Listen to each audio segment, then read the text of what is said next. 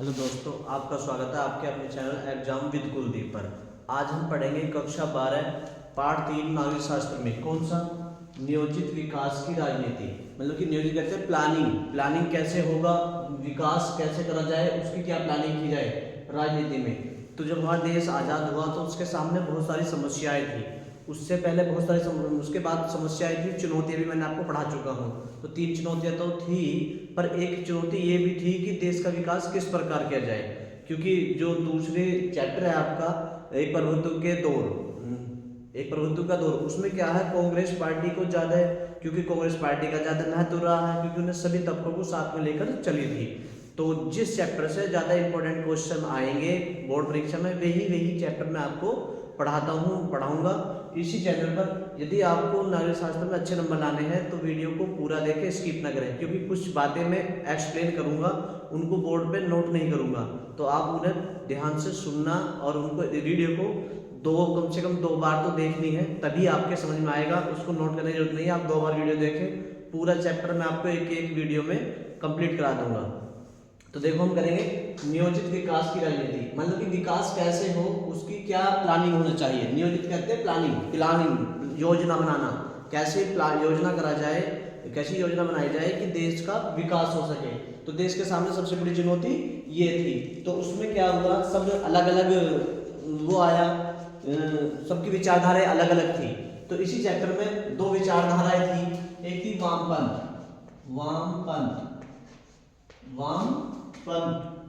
आपसे पूछता है वामपंथी कौन थे या वामपंथ किसे कहा जाता है।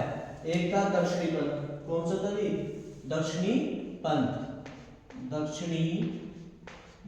पंथ कहते हैं इसको, है ना। आपसे पूछेगा वामपंथ और दक्षिण पंथ क्या है। तो वामपंथ क्या था, ये ऐसे लोगों का समूह था, वे चाहते थे कि देश का जो विकास होगा, देश का क्या होगा, विकास। ऐसी विचारधारा थी ये लोगों की कि देश का जो विकास होगा वो क्या होगा, सामाजिक समूह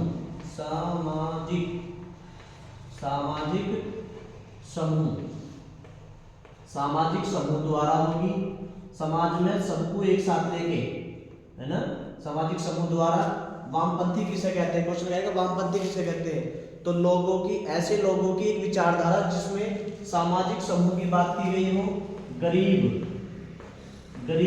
लोगों को साथ लेकर चलने की बात कही गई हो, है ना। जिसमें सामाजिक समूह, जिसमें समाज का भला हो, गरीब जो तबके के लोग हैं उनको भी साथ लेके, ताकि उनका विकास होगा तो देश का विकास होगा।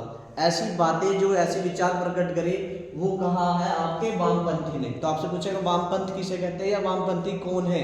तो लोगों का एक ऐसा समूह जो समाज के सभी वर्ग के लोगों को एक साथ लेकर चलना चाहता है, और कहता है कि यदि वे गरीब से गरीब व्यक्ति का या सभी लोगों को एक साथ लेके चलेंगे, सामाजिक समूह द्वारा चलेंगे, तो हमारा क्या होगा, विकास होगा। तो उस ऐसी विचारधारा को कहते हैं वामपंथ या वामपंथी विचारधारा। इसके विपरीत दूसरा कौन था, दक्षिणी पंथ कहते हैं कि जो दक्षिणी पंथ कहते हैं, दक्षिणी विचारधारा वाले लोग। तो ऐसे लोगों का समूह जो चाहते थे क्या, जो चाहते थे पूर्ण मुक्त प्रतिस्पर्धा। मतलब कि आओ प्रतिस्पर्धा करो, प्रतिस्पर्धा कहते हैं कंपटीशन, कि आओ खुला बाजार है ना, खुला बाजार ऐसी नीतियों, ऐसे जो विचार थे, है ना। या कहते हैं कि मुक्त प्रतिस्पर्धा, कि खुली कंपटीशन है, विकास कब होगा। ऐसे लोगों की विचारधारा जो चाहते थे कि खुला मुक्त प्रतिस्पर्धा हो, प्रतिस्पर्धा कहते हैं कंपटीशन, एक दूसरे से कंपटीशन हो, खुला बाजार हो, और क्या हो कि इसमें क्या होना चाहिए, आपका जो आर्थिक विकास होगा वो कब होगा, जब आपके अर्थव्यवस्था के जरिए प्रगति हो सकती है। मतलब कि इनका कहना था कि यदि खुली मुक्त स्पर्धा हो, खुला बाजार, मुक्त बाजार हो, तो देश का विकास, आर्थिक विकास तब होगा जब जो सरकार है, सरकार क्या है, एक सरकार, जब सरकार क्या करेगी, गैर जरूरी बातों पर हस्तक्षेप ना करें। हस्तक्षेप होता है इंटरफेयर ना करें, मतलब कि किसी चीज में टांग ना अड़ाए। जहाँ पे जरूरत है वहां तो सरकार हस्तक्षेप कर सकती है, पर जहाँ जरूरत नहीं है सरकार वहां पे क्या ना करे, हस्तक्षेप न करे, इंटरफेयर न करे। तो ऐसी विचारधारा को कहते हैं दक्षिणापंथी। तो देखो दोबारा से वामपंथी किसे कहते हैं? लोगों की ऐसी विचारधारा जिनका मानना था कि देश का विकास, जो आर्थिक विकास है, आर्थिक कहते हैं धन, देश का विकास कैसे हो सके, वित्त विकास, आर्थिक विकास, तो इनका मानना था कि सामाजिक समूह, कि समाज में सभी वर्ग के लोगों को, गरीब से गरीब लोगों को भी विकास किया जाए, उन्हें साथ लेके चला जाए। तो ऐसी विचारधारा को कहते हैं वामपंथी विचारधारा, या वामपंथी लोग कहते हैं उनको। ठीक है, तो पूछेगा वामपंथी या वामपंथ किसे कहते हैं? तो लोगों की एक ऐसी विचारधारा जिनका मुख्य उद्देश्य समाज के गरीब से गरीब व्यक्ति या सामाजिक समूह को एक साथ लेकर चलना है ताकि विकास हो सके। ऐसी विचारधारा को वामपंथी विचारधारा कहा जाता है। दूसरा दक्षिणापंथी या दक्षिणी पंथ किन्हें कहते हैं?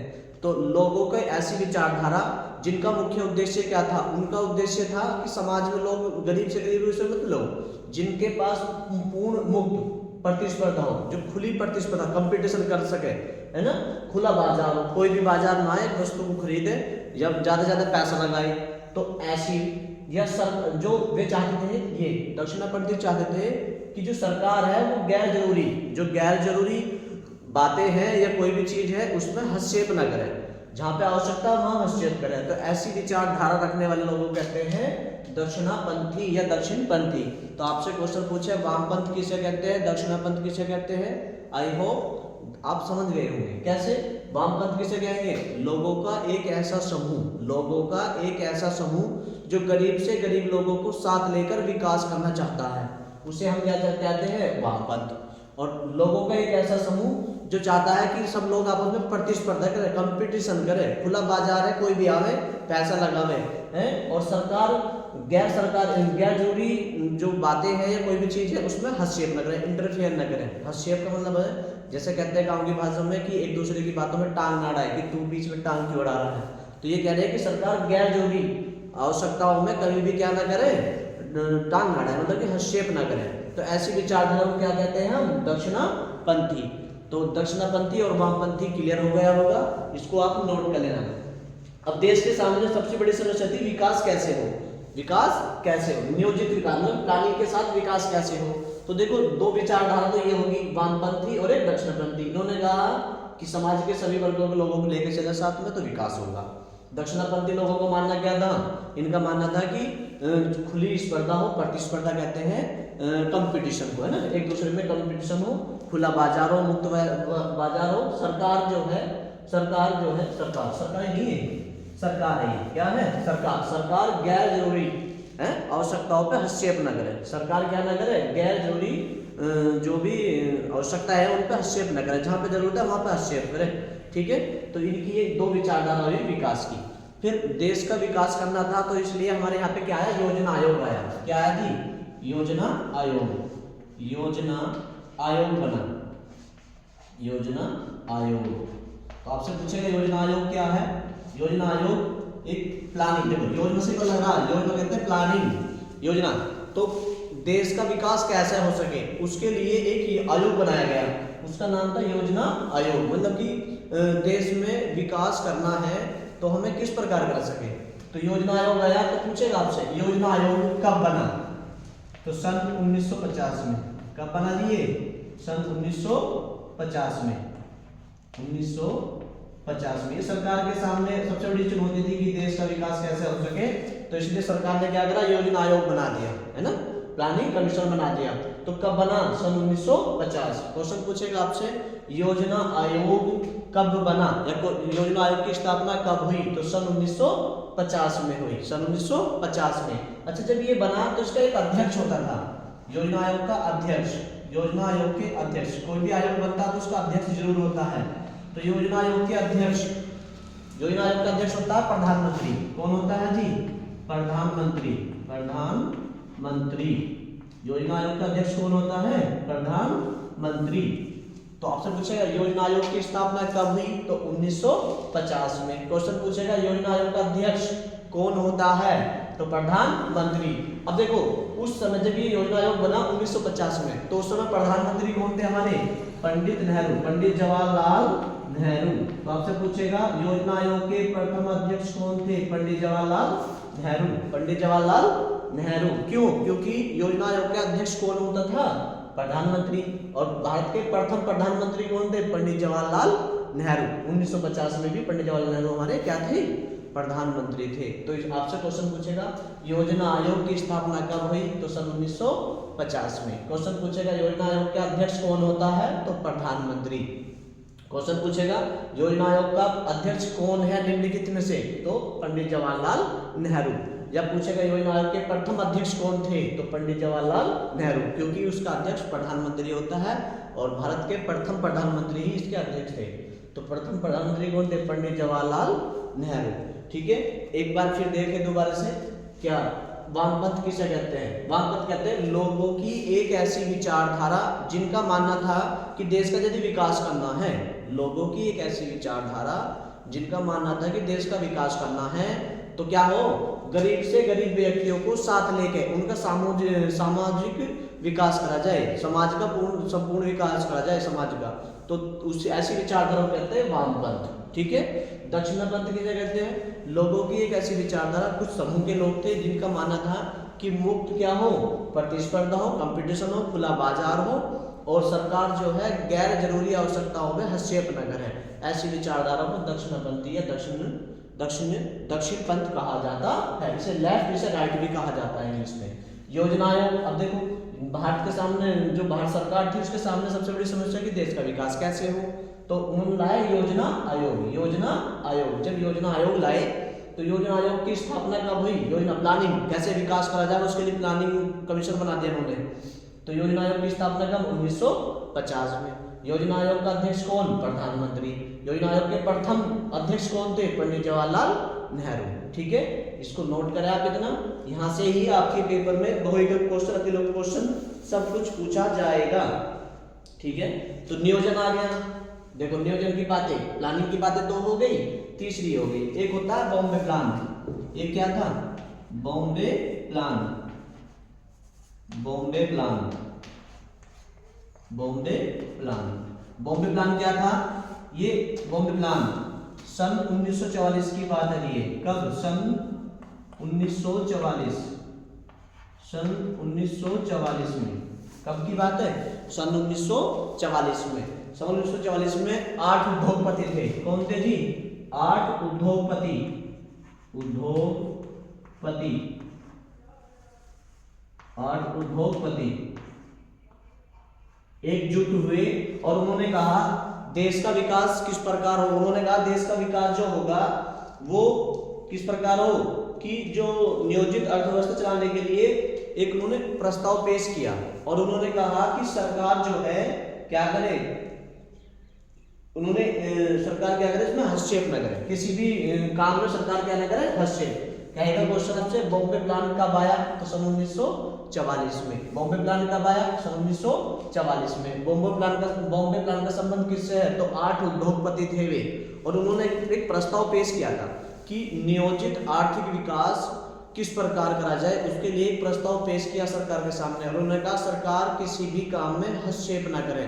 इस प्लान को कहा जाता है बॉम्बे प्लान। क्या कहा जाता है इसको? बॉम्बे प्लान। आपसे पूछे बॉम्बे प्लान कब आया? 1944 में। बॉम्बे प्लान में कौन थे? तो 8 उद्योगपति थे। उन्होंने एक प्रस्ताव पेश किया नियोजित अर्थव्यवस्था के विकास के लिए कि नियोजित अर्थव्यवस्था किस प्रकार विकास हो सरकार के सामने, और उन्होंने कहा सरकार किसी भी बात में हस्तक्षेप न करे। तो पूछेगा बॉम्बे प्लान कब आया? सन 1944 में। ठीक है, आज इसमें इतना ही, इसको नोट करा आराम से। इसके बाद पढ़ेंगे हम शुरुआती कदम। शुरुआती कदम, शुरुआती कदम क्या हुए, मतलब कि विकास, नियोजित विकास के लिए शुरुआती कदम क्या हुए। तो आप इसे आराम से नोट करें वीडियो को रोक के, और मैं आपको शुरुआती कदम पढ़ा देता हूँ। ठीक है, इसी चैप्टर से आपसे सबसे ज्यादा क्वेश्चन पूछे जाएंगे नागरिक शास्त्र में। ठीक है, जरूर जो आज मैं पढ़ाऊंगा इसमें से ही आपके बोर्ड परीक्षा में अति लघु, बहुविकल्प, विस्तृत क्वेश्चन भी मैं आपको बताऊंगा, लघु भी कौन सा आएगा। तो वीडियो को पूरा देखें, स्किप ना करें। देखो शुरुआती कदम,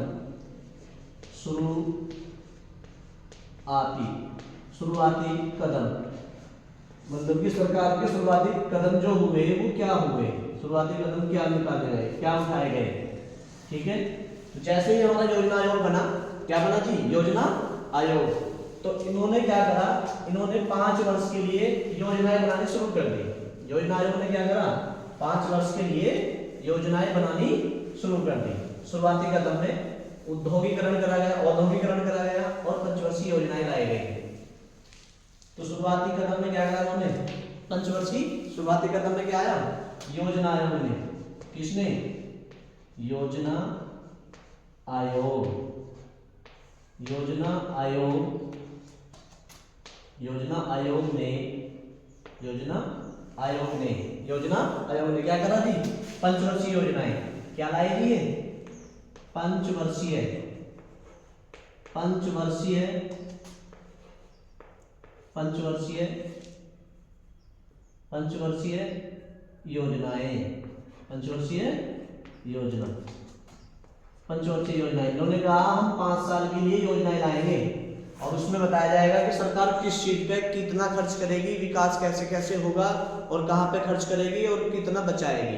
ठीक है, तो योजना आयोग ने क्या लाया जी, पंचवर्षीय योजनाएं विकास के लिए। इन्होंने पंचवर्षीय योजना चला दी।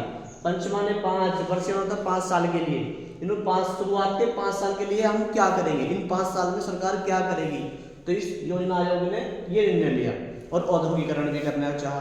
ठीक है, तो आज हम पढ़ेंगे पंचवर्षीय योजनाओं के बारे में। तो यहाँ से आपके पेपर में क्वेश्चन जरूर पूछा जाएगा।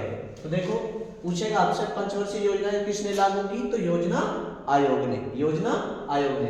तो देखो हमने लिखा हूँ पंचवर्षीय योजनाएं, तो लिखेंगे यहाँ पे प्रथम पंचवर्षीय योजना, प्रथम पंचवर्षीय, प्रथम पंचवर्षीय योजना। देखो प्रथम पंचवर्षीय योजना के बारे में आपको नोट करना है, प्रथम पंचवर्षीय योजना। ठीक है जी, विस्तृत क्वेश्चन भी पूछा जाएगा। यहाँ तो मैं आपको शॉर्ट में बता रहा हूँ, आपको ये क्वेश्चन याद करने पड़ेंगे। प्रथम पंचवर्षीय योजना, द्वितीय पंचवर्षीय योजना, दोनों से ही क्वेश्चन पूछा जाएगा। और एक नीति आयोग, लघु या विस्तृत क्वेश्चन बोर्ड परीक्षा में 2026 में तीनों क्वेश्चनों में से आपको क्वेश्चन जरूर मिलेगा। प्रथम पंचवर्षीय पूछ ले, या द्वितीय पंचवर्षीय योजना पूछ लेगा, या नीति आयोग के बारे में पूछेगा जरूर, आपको याद होना चाहिए। नीति आयोग के बारे में पढ़ाऊंगा आपको मैं। तो प्रथम पंचवर्षीय योजना, इसका मतलब है समयावधि,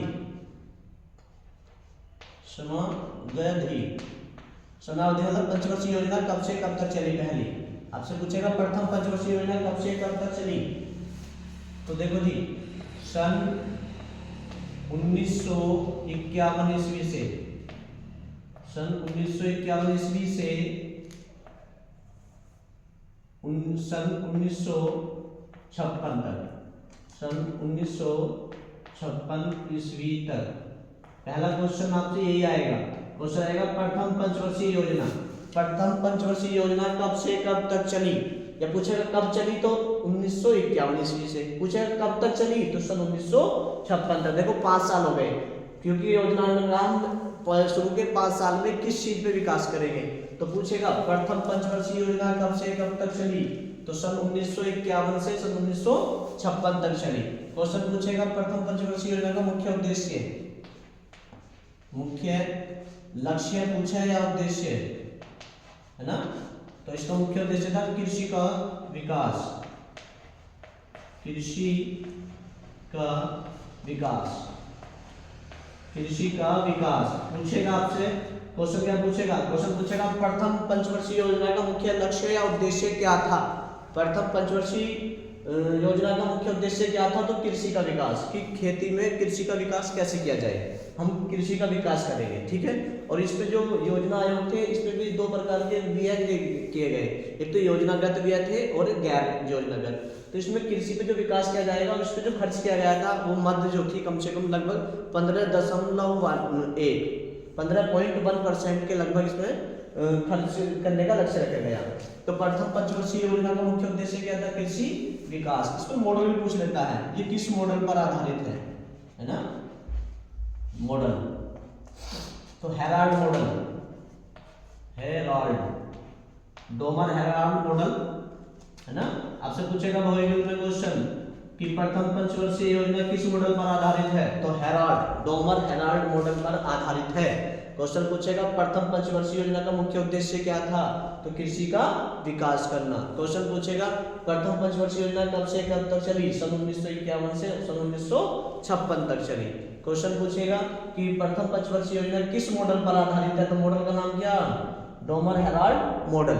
ठीक है, प्रथम पंचवर्षीय योजना के बारे में आपको शॉर्ट में इतना ही पढ़ना होगा, और जब इसके विस्तृत करोगे तो आप इसको सही तरह से पूरा पढ़ना पड़ेगा। इसके बारे में, इसके उद्देश्य, लक्ष्य, कहाँ तक प्राप्त कर पाए लक्ष्यों को, कहाँ तक नहीं, उसके बारे में आपको लिखना पड़ेगा। फिलहाल भौगोलिक के लिए, अति लघु के लिए आपके यहाँ से ही क्वेश्चन बन जाएगा प्रथम पंचवर्षीय योजना से। क्वेश्चन पूछेगा पंचवर्षीय योजनाएं किसने लागू की, तो योजना आयोग ने।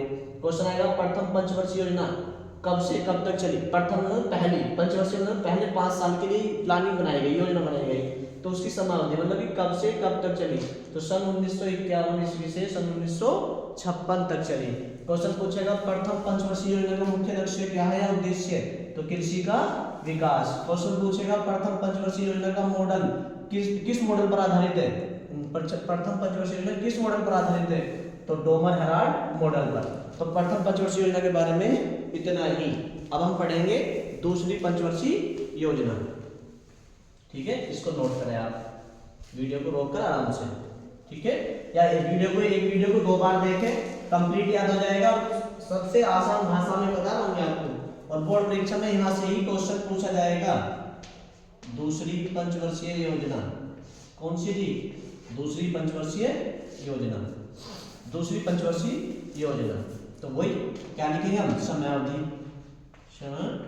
समयावधि मतलब कि दूसरी पंचवर्षीय योजना कब से कब तक चली, समयावधि मतलब दूसरी पंचवर्षीय योजना कब से कब तक चली। तो कब चली, देखो 56 में पहली खत्म हुई, तो सन 1956 से, सन 1956 ईस्वी से, ये जो स्टार्ट होती थी वित्तीय वर्ष में, अप्रैल से मार्च, 1 अप्रैल से 31 मार्च तक का समय होता था इसका समयावधि। सन 1956 ईस्वी से 1961 ईस्वी तक, 56 और 5 कितने होते हैं, 61 ईस्वी तक, 1961 ईस्वी तक। तो पूछेगा आपसे दूसरी पंचवर्षीय योजना की समयावधि क्या है, तो सन 1956 ईस्वी से 1961। यदि महीना भी पूछे तो अप्रैल से स्टार्ट रखना है। ठीक है, पूछेगा प्रथम पंचवर्षीय योजना कब से चली, तो 1956 से। कब तक चली, 1961 तक। मुख्य उद्देश्य या लक्ष्य है ना, मुख्य उद्देश्य या लक्ष्य, चलो जी लक्ष्य ले लेते हैं। प्रथम पंचवर्षीय योजना का मुख्य लक्ष्य क्या था, औद्योगिकरण, उद्योग का विकास करना, उद्योग का विकास करना।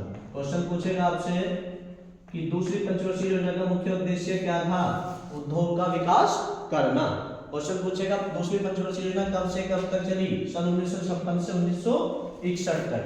ठीक है जी, लक्ष्य हो गया। अब पूछेगा मॉडल, यह किस मॉडल पर आधारित थी, किस मॉडल पर आधारित थी, तो PC Mahalanobis, PC Mahalanobis, PC Mahalanobis इस मॉडल पर आधारित थी। पूछेगा आपसे दूसरी पंचवर्षीय योजना किस मॉडल पर आधारित थी, पीसी महालनोबिस, क्योंकि उन्होंने इसको नियोजित किया था। ठीक है, तो पूछेगा आपसे दूसरी पंचवर्षीय योजना कब से कब तक चली, 1956 से 1961 तक। दूसरी पंचवर्षीय योजना का उद्देश्य क्या था, उद्योग का विकास। दूसरी पंचवर्षीय योजना का मॉडल किस मॉडल पर आधारित थी, पीसी महालनोबिस मॉडल पर आधारित थी। तो इसके बारे में आपको इसे नोट करेंगे। पंचवर्षीय योजनाओं से क्वेश्चन आपके पेपर में जरूर पूछा जाएगा, ध्यान रखना। दूसरी हो गई, इसके बाद मैं आपको तीसरी के बारे में बता देता हूं। यहाँ पे लिख देते हैं तीसरी पंचवर्षीय योजना, तीसरी पंचवर्षीय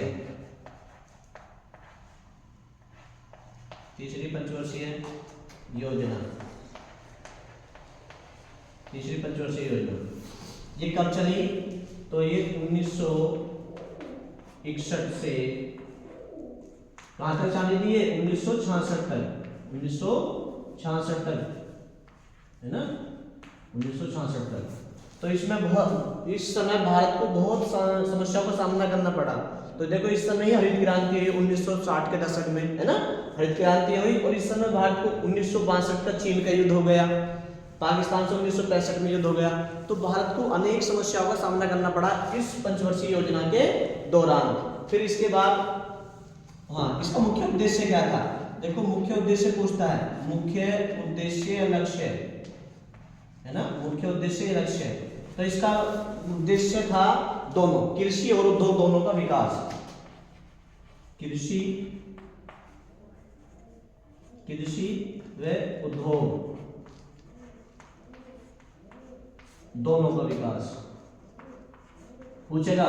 तीसरी पंचवर्षीय योजना का मुख्य उद्देश्य क्या था? कृषि व उद्योग दोनों का विकास करना, कृषि और उद्योग दोनों का विकास करना। ठीक है जी, ये पंचवर्षीय योजनाएं चल रही है। और पंचवर्षीय योजनाओं से आपसे क्वेश्चन जरूर पूछेगा, ध्यान रखना, बोर्ड परीक्षा में पूछेगा। तीसरी पंचवर्षीय योजना कब चली? तो 1961 से 66। इस समय ही भारत के सामने बहुत समस्याओं का सामना करना पड़ा। सबसे जो खतरनाक साल कहा गया है, सबसे खतरनाक पंचवर्षीय योजना रही वो यही रही है, क्योंकि इस समय भारत को चीन, भारत एक तो हरित क्रांति का दशक रहा है, चीन के साथ युद्ध करना पड़ा। 1962 में जो लड़ाई हुई थी, सैनिक गृह युद्ध हुआ, है ना, सैनिक युद्ध हुआ। उसके बाद 1965 में भारत पाकिस्तान का, और 1966 में ही, 1966 में जो प्रधानमंत्री थे द्वितीय, वो गए थे सम्मेलन में, और उनको वहाँ पे क्या कर दिया गया, उनकी वहाँ पे मृत्यु हो गई। कुछ लोग, उनका जो, जब उनकी मृत्यु हुई थी, लाल बहादुर शास्त्री थे शायद, हाँ लाल बहादुर शास्त्री, जब उनकी वहाँ मृत्यु हो गई तो उनका शरीर क्या हुआ था, नीला पड़ गया था। कुछ लोग कहते हैं कि उनकी जो है, उनको जहर दिया गया था किसी चीज में, पर उनकी जांच नहीं हो पाई, तो उनकी मृत्यु का सही जो प्रमाण है नहीं मिल पाया कि उनकी मृत्यु किस प्रकार हुई थी। तो आपसे बहुत ज्यादा इंपॉर्टेंट पूछेगा, 1966 में किस प्रधानमंत्री की मृत्यु हो गई थी, तो ये भी ध्यान रखना। इसलिए हमारा ये तीसरी पंचवर्षीय योजना बहुत ही कठिन समय था भारत के सामने ये। इसके बाद आपको याद रखना है चौथी पंचवर्षीय योजना, वो 1966 से चलनी थी मगर नहीं चल पाई, तो 1974 से चली थी। फिलहाल आपको पांचवी पंचवर्षीय योजना याद करनी है, सॉरी 69 से चली थी, 69 से 74 तक चौथी। तो पांचवी पंचवर्षीय योजना इंपॉर्टेंट है, जो पंचवर्षीय योजना इंपॉर्टेंट है मैं आपको वही पढ़ाऊंगा। तो देखो इसको नोट कर लेना, वीडियो को 2 बार देखना आराम से, तसल्ली से आप, और यहाँ से ही क्वेश्चन आपके बोर्ड में मिलेंगे। इस वीडियो को पूरा देखें। तो हम पढ़ेंगे पांचवी पंचवर्षीय योजना, पांचवी, और चौथी पंचवर्षीय को गाडगिल योजना भी कहा जाता है। ठीक है, 1969 से 74 तक चली थी वो। तो पांचवी पंचवर्षीय पांचवी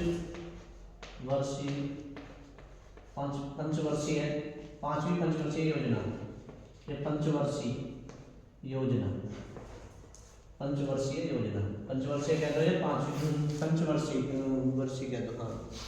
5 वर्षीय योजना कौन सी थी? वो सॉरी पांचवी पंचवर्षीय योजना का समय थी सन 1974 से, सन 1974 ईस्वी से 1979 था, मगर चली कब तक थी? ये 78 तक ईस्वी तक चली थी। कब तक चली थी? 78 तक, क्योंकि जो उसके थे मुरारी देसाई थे, उन्होंने 1 साल पहले इसको क्या करा दिया था, बंद। इसमें कुछ ऐसे कारण आए थे कि इसको बंद करना पड़ गया था। तो आपसे पूछेगा पांचवी पंचवर्षीय योजना की समाप्ति 1974 से 1978। अच्छा, इसमें एक नारा पूछा जाता है, बहुत ज्यादा इंपोर्टेंट है आपसे, ये किसके समय चली? इंदिरा गांधी के समय, क्योंकि इस समय प्रधानमंत्री इंदिरा गांधी थी। पूछेगा पांचवी पंचवर्षीय योजना किसके समय में हुई? तो इंदिरा गांधी जी के समय में हुई थी। तो नारा था गरीबी उन्मूलन, गरीबी उन्मूलन, गरीबी उन्मूलन, या मिल जाएगा गरीबी हटाओ। क्या आ जाएगा? गरीबी हटाओ, गरीबी हटाओ, गरीबी हटाओ। पूछेगा आपसे गरीबी हटाओ का नारा कौन सी पंचवर्षीय योजना में दिया गया, या गरीबी उन्मूलन का मुख्य उद्देश्य कौन सी पंचवर्षीय योजना का था? तो पांचवी पंचवर्षीय योजना। इस समय गरीबी हटाओ का नारा किसने दिया? अच्छा, नारा पूछ लेते हैं, नारा किसने दिया? नारा नारा दिया। तो किसने दिया था नारा? नारा दिया। तो जो नारा दिया था वो प्रधानमंत्री थे हमारे, कौन? इंदिरा गांधी। इंदिरा गांधी। तो उस समय प्रधानमंत्री थी इंदिरा गांधी, उन्होंने ही गरीबी हटाओ का नारा दिया। पंचवर्षीय योजनाओं से आपको इतना ही पढ़ना है, और मैं आपको लास्ट पंचवर्षीय योजनाओं पढ़ा देता हूँ, क्योंकि लास्ट पंचवर्षीय योजना 12वीं हुई थी। तो देखो यहाँ पे 12वीं पंचवर्षीय योजना, 12वीं पंचवर्षीय योजना, 12वीं पंचवर्षीय योजना, ठीक है। 12वीं पंचवर्षीय योजना के बारे में पूछा जाता है कि 12वीं पंचवर्षीय योजना कब से कब तक चली। तो ध्यान रखना ये सन, देखो 12वीं की बात करी तो 2012 से लगा दो, 12वीं की बात करी तो 2012 से 2017 तक, 2017 तक इसकी समय अवधि थी। पूछेगा आपसे कि 12वीं पंचवर्षीय योजना कब से कब तक चली, या 12वीं पंचवर्षीय योजना की समय अवधि क्या है, तो सन 2012 से 2017 तक। मगर 2017 से आने से पहले क्या कर दिया, योजना आयोग को समाप्त कर दिया, क्योंकि पंचवर्षीय योजना किसने लागू की थी, योजना आयोग ने। तो आपसे पूछेगा कि 12वीं पंचवर्षीय योजना कब से कब तक है, इसकी समयावधि क्या है, 2012 से 2017 तक। तो अभी तक भारत में कितनी पंचवर्षीय योजनाएं हुई है, तो 12 पंचवर्षीय योजना हुई है। गरीबी हटाओ का नारा किसने दिया, इंदिरा गांधी ने। गरीबी हटाओ का नारा कौन सी पंचवर्षीय योजना में दिया गया, तो 5वीं में। या पूछेगा 5वीं पंचवर्षीय योजना का मुख्य उद्देश्य क्या था, गरीबी उन्मूलन, गरीबी को हटाना, ठीक है जी। तो ये पंचवर्षीय योजनाओं के बारे में हो गया। अब पढ़ेंगे हम योजना आयोग। देखो योजना आयोग तो हमने पढ़ लिया, योजना आयोग ने क्या करा क्या नहीं करा, उन्होंने इसमें पंचवर्षीय योजनाएं लाई, विकास करना चाहा। तो अब इसके बाद योजना आयोग के स्थान पर क्या आ गया, नीति आयोग। योजना आयोग के नाम स्थान पर क्या आया, नीति आयोग। तो जरा देखो इसको जरा नोट कर लेना। तो सरकार ने क्या कहा, सरकार ने कहा कि हम योजना आयोग को समाप्त करते हैं और इसके स्थान पर क्या लाते हैं, नीति आयोग लाते हैं। क्या लाते हैं जी, नीति आयोग। तो देखो आपसे क्वेश्चन पूछेगा योजना आयोग के स्थान पर, क्वेश्चन पूछेगा योजना, क्वेश्चन पूछेगा योजना आयोग, योजना आयोग, योजना आयोग, योजना आयोग के स्थान पर, योजना आयोग के स्थान पर, योजना आयोग के स्थान पर, ठीक है। किसकी स्थापना की गई, योजना आयोग के स्थान पर स्थापना, योजना आयोग के स्थान पर किसकी स्थापना की गई, तो नीति आयोग की। क्या बनाया गया जी, नीति आयोग बनाया गया। योजना आयोग के स्थान पर क्या बनाया गया, नीति आयोग। योजना आयोग के स्थान पर क्या बनाया गया, नीति आयोग। अच्छा पूछेगा योजना आयोग के स्थान पर क्या बनाया, योजना आयोग का नाम बदलकर क्या कर देगा, ये योजना आयोग के स्थान पर किसकी स्थापना की गई, तो किसकी, नीति आयोग की। अब देखो नीति आयोग के बारे में आप पढ़ेंगे। अच्छा कब बनाया गया उसके बारे में ये मैं बता रहा हूँ, नीति आयोग, नीति आयोग, नीति आयोग। तो देखो ये बना है जनवरी में, 1 जनवरी 2015 को, 1 जनवरी 2015 को। आपसे पूछेगा योजना आयोग के स्थान पर नीति आयोग कब बना, तो 1 जनवरी 2015 को, 1 जनवरी 2015 को। क्वेश्चन पूछेगा नीति आयोग की स्थापना कब हुई, 1 जनवरी 2015 को। किसने, सरकार ने की, सरकार ने, ठीक है। तो नीति आयोग में भी अध्यक्ष होते हैं, नीति आयोग में भी क्या थे, अध्यक्ष। एक अध्यक्ष होता है, उपाध्यक्ष होता है और अन्य सदस्य भी होते हैं। तो नीति आयोग का अध्यक्ष कौन होता है, प्रधानमंत्री। नीति आयोग का अध्यक्ष कौन होता है, प्रधानमंत्री। आपसे पूछेगा नीति आयोग का अध्यक्ष कौन होता है, तो प्रधानमंत्री।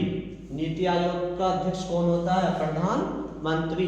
नीति आयोग की स्थापना कब हुई, 1 जनवरी 2015 को। क्वेश्चन पूछेगा आपसे नीति आयोग के प्रथम अध्यक्ष कौन थे, है ना।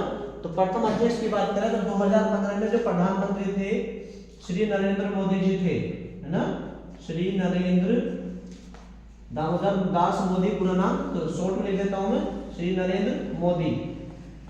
तो आपसे पूछेगा कि 2015 में क्या पूछेगा, नीति आयोग के प्रथम अध्यक्ष कौन थे?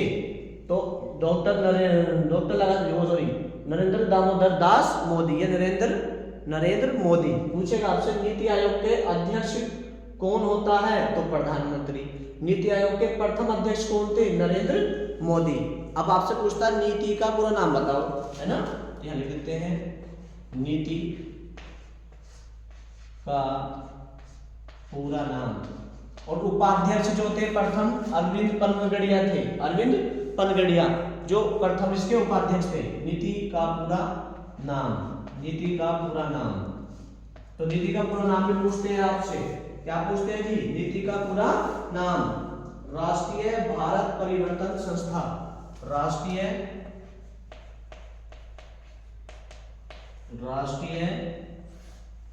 परिवर्तन नहीं, राष्ट्रीय भारत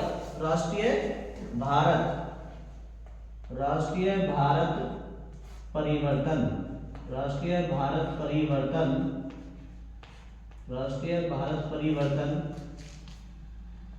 भारत परिवर्तन संस्था।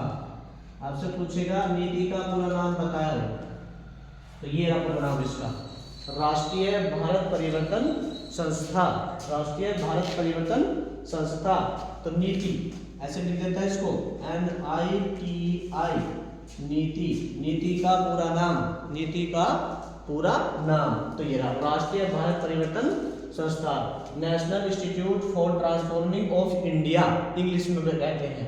तो इसका पूरा नाम भी याद होना चाहिए। या पूछेगा नीति आयोग की स्थापना कब हुई? 1 जनवरी 2015 को। योजना आयोग के स्थान पर किसकी स्थापना की गई? तो नीति आयोग की। इनका उद्देश्य क्या रहा? इन्होंने कहा हम 5 वर्ष ना करके देश का विकास क्या करेंगे, 7 से कुछ प्लानिंग बनाई उन्होंने 7 साल के लिए, और कुछ प्लानिंग बनाई उन्होंने 15 साल के लिए। तो नीति आयोग ने जो बनाई प्लानिंग योजना जो बनाई 15 साल में कि देश का विकास कैसे किया जाए, किस क्षेत्र में हम इतना विकास करेंगे, इतना हम करेंगे, इतना कब करेंगे, 15 साल में कैसे विकास किया जाए, उसे नीति आयोग कहा जाता है। तो नीति आयोग में भी अध्यक्ष उपाध्यक्ष होते हैं और सदस्य होते हैं। नीति आयोग के बारे में आपको कंप्लीट पढ़ना पड़ेगा। मैं आपसे बताऊं बोर्ड परीक्षा में अब आपका इसी चैप्टर से लघु क्वेश्चन या विस्तृत क्वेश्चन क्या आएगा, या तो प्रथम पंचवर्षीय योजना के बारे में पूरा विस्तृत वर्णन पूछेगा आपसे, या द्वितीय पंचवर्षीय योजना के बारे में, या दोनों में तुलना करा देगा कि प्रथम पंचवर्षीय योजना और द्वितीय पंचवर्षीय योजना में दोनों में तुलना कीजिए, ठीक है। या क्वेश्चन आएगा नीति आयोग क्या है, उसका गठन कैसे किया जाता है, उसके उद्देश्य।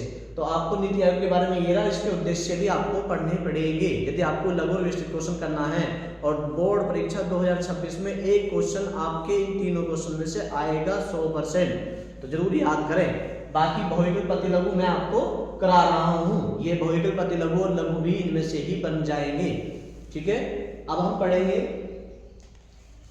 क्या जी, पंचवर्ष शुरुआती कदम हो गए, इसके बाद आता है आपका पंचवर्षीय योजनाएं कंप्लीट हो गई। इसके बाद क्या होता है, इसके बाद एक इंपॉर्टेंट क्वेश्चन है इकोनॉमी ऑफ परमानेंस पूछता है। इकोनॉमी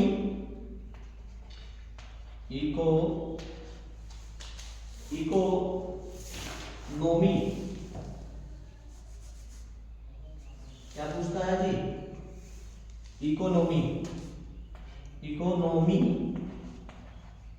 इकोनॉमी ऑफ, ये एनसीईआरटी बुक है जी सब, एनसीईआरटी बुक के नोट्स और फैक्ट्स जो जितने भी है ये इकोनॉमी ऑफ परमानेंस,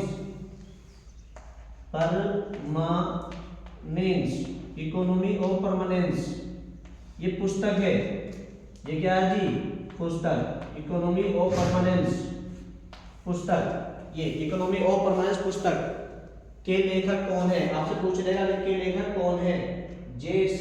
कुमारप्पा पुस्तक के लेखक पुस्तक है। और इसके लेखक लिख लेना आप यहाँ,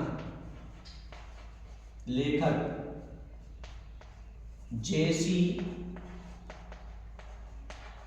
कुमारप्पा, J.C. कुमारप्पा,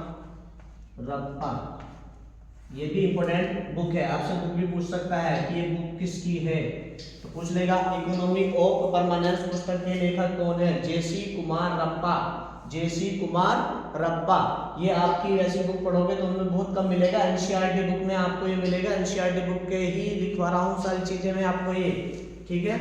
इसके बाद हम पढ़ेंगे क्रांतियों के बारे में। देखो हरित क्रांति के बारे में मैंने बताया था आपको, तो कुछ चीजें पढ़ेंगे हम हरित क्रांति के बारे में और श्वेत क्रांति के बारे में, ठीक है। उसके बाद आपका चैप्टर फिनिश हो जाएगा और यहाँ से एक क्वेश्चन आपके पेपर में जरूर पूछा जाएगा, 1 से 2 क्वेश्चन, क्योंकि बहुविकल्प क्वेश्चन भी आना है आपका और यहाँ से लघु क्वेश्चन भी आना है। तो इसको नोट करें आप आराम से, ध्यान से, और वीडियो को 2 बार जरूर देखें ताकि आपके समझ में बिल्कुल आ जाएगा, आपको नोट करने की जरूरत नहीं पड़ेगी, ठीक है जी। तो देखो अब पढ़ेंगे हम क्रांति के बारे में। क्रांति का मतलब होता है परिवर्तन, कोई भी चीज में आमूल परिवर्तन करना क्रांति कहलाता है ना। कोई भी चीज है, समाज में कोई परिवर्तन करना है, तो एक तरफ लिख रहा हूं मैं क्रांति, या मैं थोड़ा लिख रहा हूं हरित क्रांति के बारे में, हरित क्रांति, हरित क्रांति है ना, हरित क्रांति। तो आपसे पूछेगा हरित क्रांति के बारे में, हरित क्रांति का संबंध पूछता है। देखो हरित क्रांति कब चली, ये चली सन 1960 के दशक में, 1960 के दशक, या तो ये मिलता है ऑप्शन में, पूछेगा हरित क्रांति कब चली, सन 1960 के दशक में, या क्या मिलेगा सन 1966 ईस्वी से 67 ईस्वी तक, है ना, ईस्वी तक ऐसे मिलता है। हरित क्रांति कब से कब तक चली, तो 1966 से 67 ईस्वी तक, मतलब कि 1960 के अगले 10 साल के अंदर ही तो आ रहा है 66-67, तो क्या तो ये मिलेगा या ये, पूछे हरित क्रांति की समयावधि क्या है, कब चली, तो 1960 के दशक मिलेगा या 1966 से 1967 में। पूछेगा हरित क्रांति का संबंध, देखो क्वेश्चन पूछता है हरित क्रांति का संबंध किससे है, हरित क्रांति का संबंध, हरित क्रांति का संबंध, तो संबंध है कृषि, किससे, कृषि या खाद्यान्न, खाद्यान्न उत्पादन, उत्पादन, उत्पादन। क्वेश्चन पूछेगा हरित क्रांति का संबंध किससे है, कृषि या खाद्यान्न उत्पादन से, कृषि या खाद्यान्न उत्पादन से। पूछेगा हरित क्रांति के जनक, देखो भारत में, भारत में जनक, मतलब कि हरित क्रांति के जनक कौन है, क्वेश्चन पूछेगा भारत में हरित क्रांति के जनक कौन है ना, तो M S Swaminathan, M S Swaminathan, M S Swaminathan. पूछेगा आपसे, क्या पूछेगा क्वेश्चन, क्वेश्चन पूछेगा भारत में हरित क्रांति के जनक किसे कहा जाता है, तो एम एस स्वामीनाथन को, एम एस स्वामीनाथन को। क्वेश्चन पूछेगा हरित क्रांति का संबंध किससे है, कृषि या खाद्यान्न उत्पादन से। क्वेश्चन पूछेगा भारत में हरित क्रांति के जनक कौन है, एम एस स्वामीनाथन। क्वेश्चन पूछेगा विश्व में हरित क्रांति के जनक कौन है, तो नॉर्मन बोरलॉग, विश्व में, देखो विश्व में भी लिख लो, विश्व में जनक है ना, कौन है विश्व में, नॉर्मन बोरलॉग, नॉर्मन बोरलॉग है ना, नॉर्मन बोरलॉग है, बोरलॉग है नहीं, बोरलॉग है, ये नॉर्मन बोरलॉग।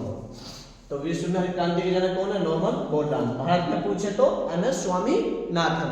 तो यहाँ से क्वेश्चन पूछा जाता है क्रांति से भी। और इसके बाद दूसरी क्रांति है श्वेत क्रांति, कौन सी जी, श्वेत क्रांति, श्वेत कहते हैं दुग्ध, श्वेत क्रांति, ये गुजरात में अमूल कंपनी थी, कंपनी है, उसके उसमें बना हुआ था श्वेत क्रांति।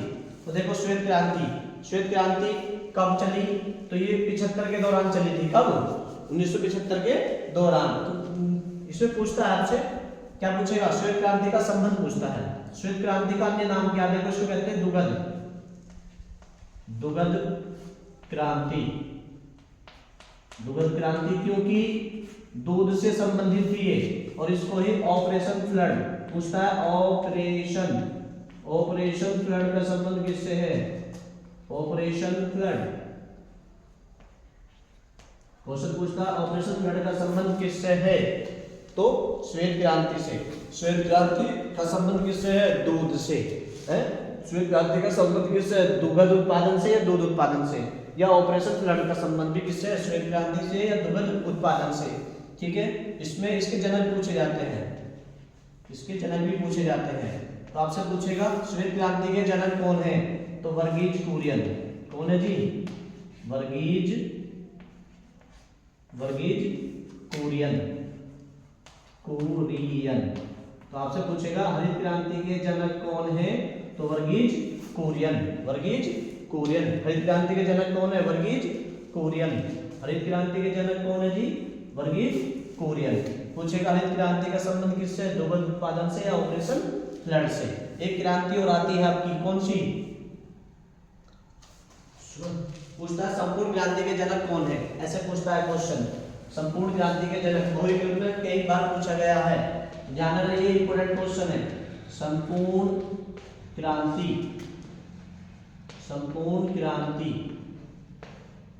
के जनक, संपूर्ण क्रांति के जनक। ठीक है जी, ये इंपॉर्टेंट क्वेश्चन है बहुविकल्प के लिए। तो जयप्रकाश नारायण, जयप्रकाश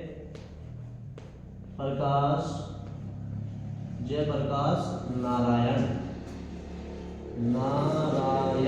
तो आपसे पूछेगा संपूर्ण क्रांति के जनक कौन है?